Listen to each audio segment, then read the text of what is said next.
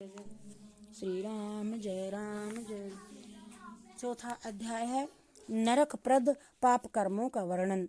हे गरुड़, फिर गरुड़ पुनः पूछते हैं, हे भगवान, किन पापों से जीव यम मार्ग में जाता है और किन पापों से वैतरणी नदी में गिरते हैं, किन पापों से नरकों में पड़ता है, और वह सब विस्तार पूर्वक मुझको बतलाइए। श्री भगवान कृष्ण उत्तर देते हैं, कहते हैं, हे गरुड़, जो शुभ कर्म करता है इंसान शुभ कर्म से विपरीत हो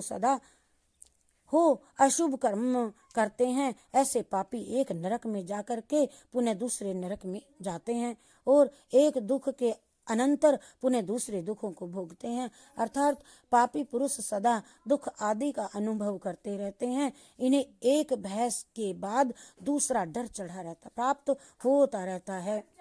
धर्मराजपुर के 4 दरवाजे होते हैं। उनमें पूर्व, पश्चिम और उत्तर, इन 3 दरवाजों में तो धर्मात्मा पुरुष जाते हैं। केवल दक्षिण द्वार से ही पापी पुरुष जाते हैं। आपत्तिदायक दक्षिण द्वार के मार्ग के बीच में एक वैतरणी नाम की नदी है। उसमें जो पापी पुरुष गिरते हैं, मैं अब तुम्हें उनका नाम सुनाता हूँ।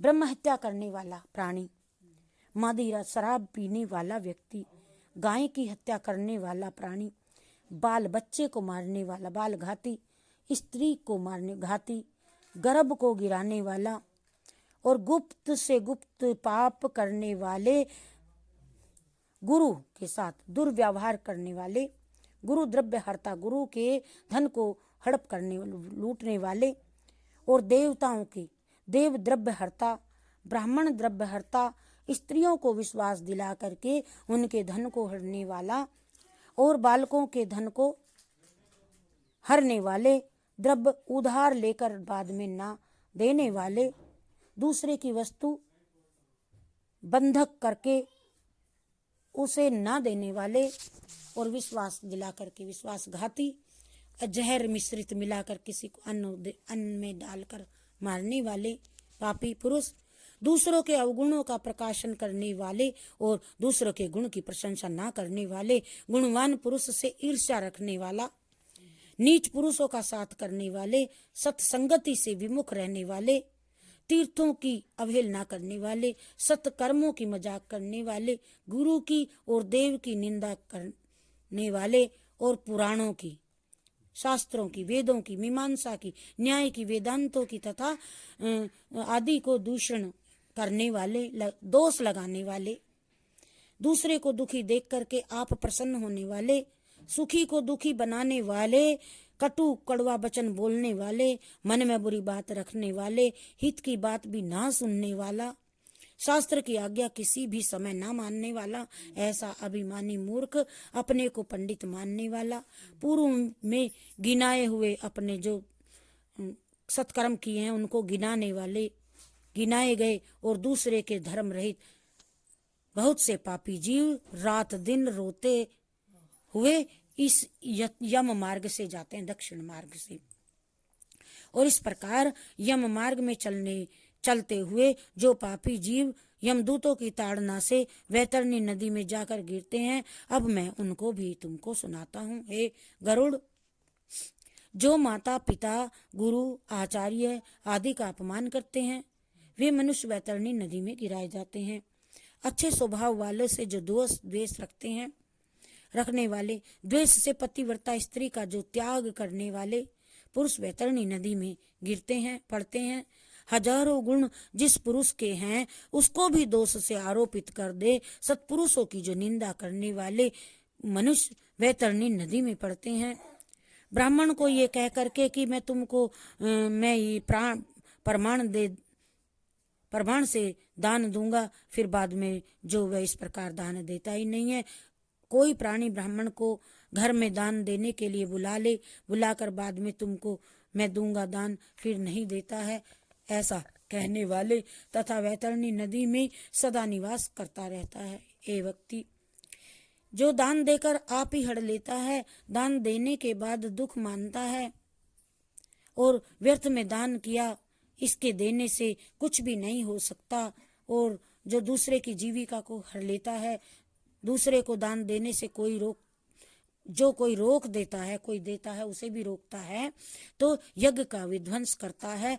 कथा कहने वाले के बीच में जो विघ्न डालता है, दूसरे के अन्न वाले क्षेत्र को जो हड़ लेता है, जिस देश में गायें चरती हों उस जगह को जो खोदता है, खेती को जो उजाड़ता है, ऐसे प्राणी। ब्राह्मण होकर के घृत, तेल, गुड़ आदि का व्यापार करता है, ब्राह्मण होकर के शुद्र स्त्री का जो सेवन करता है, वेदोक्त यज्ञ के अतिरिक्त अपने लिए पशुओं के जैसा पशु हिंसा करता है, कभी संध्या सेवा पूजा आदि जो नहीं करता, और जो मांस का भक्षण करता है, जो मदिरा पान करता है, बड़ों की आज्ञा में नहीं चलने वाला, शास्त्र आदि का अध्ययन नहीं करता, शूद्र होकर के वेद पढ़ता है, जो शूद्र कपिला गाय का दूध पीता है, यज्ञोपवीत धारण करता है और ब्राह्मणी का सेवन करता है, राजा की स्त्री की इच्छा रखता है, रखने वाला, पराई स्त्री को हड़ लेने वाला, कुंवारी लड़की का सेवन करने वाला, इच्छा रखने वाला, पतिव्रता स्त्रियों को लांछन दोष लगाने वाला, इन्हें तथा अन्य बहुत से शास्त्र विरुद्ध कर्म करने वाले, विहित कर्मों का त्याग करने वाले, ऐसे सभी मूर्ख पापी इस वैतरणी नदी में गिराए जाते हैं। ऐसे पापी जन जब उस मार्ग को त्याग करके यमलोक को जाते हैं, वहाँ यमदूत आकर के यम की आज्ञा से उन पापियों को वैतरणी नदी में गिराते हैं। हे गरुड़, सब नरकों में 21 नरक हैं। इन सब नरकों में 21 नरक अधिक बहुत ज्यादा दुखों को देने वाले हैं। इन 21 नरकों में वैतरणी नाम की नदी है मुख्य, ये सबसे अधिक कष्ट को देने वाली है। इसीलिए प्रथम में गिनाए गए ऐसे अत्युत्कट पापियों को यमदूत वैतरणी नदी में फेंकते हैं।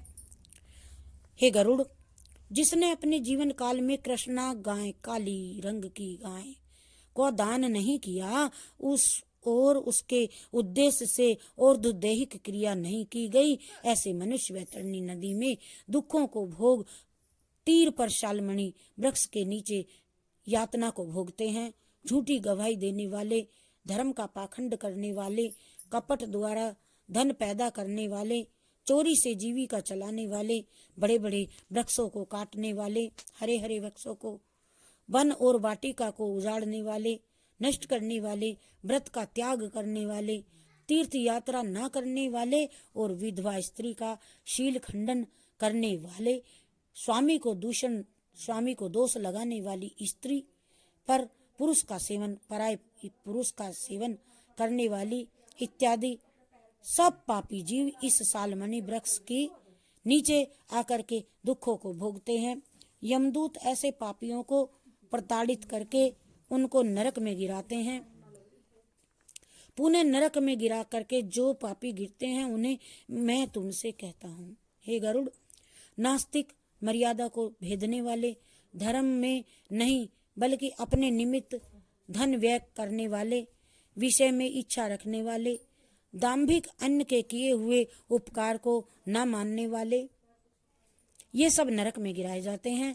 कूप नामक कूप, तालाब, बावली, कुआं, देव मंदिर, प्राणियों के घर आदि को नष्ट करने वाले भी नरकों में गिराए जाते हैं। जो स्त्रियों को, बालकों को, नौकरों को, गुरु को बिना भोजन कराए अकेला स्वयं भोजन कर लेता है, या वैश्यदेव के बिना ही भोजन कर लेता है, या विष्णु को नैवेद्य बिना चढ़ाए ही, ये सब व्यक्ति नरकों का सेवन करते हैं, नरक में जाते हैं। और जो कील से, काष्ठ से, पत्थरों से, कांटों से मार्ग को रोक देते हैं, किसी के अवरोध करते हैं, रास्ते को कांटों से रोकते हैं, वे नरक में जाते हैं।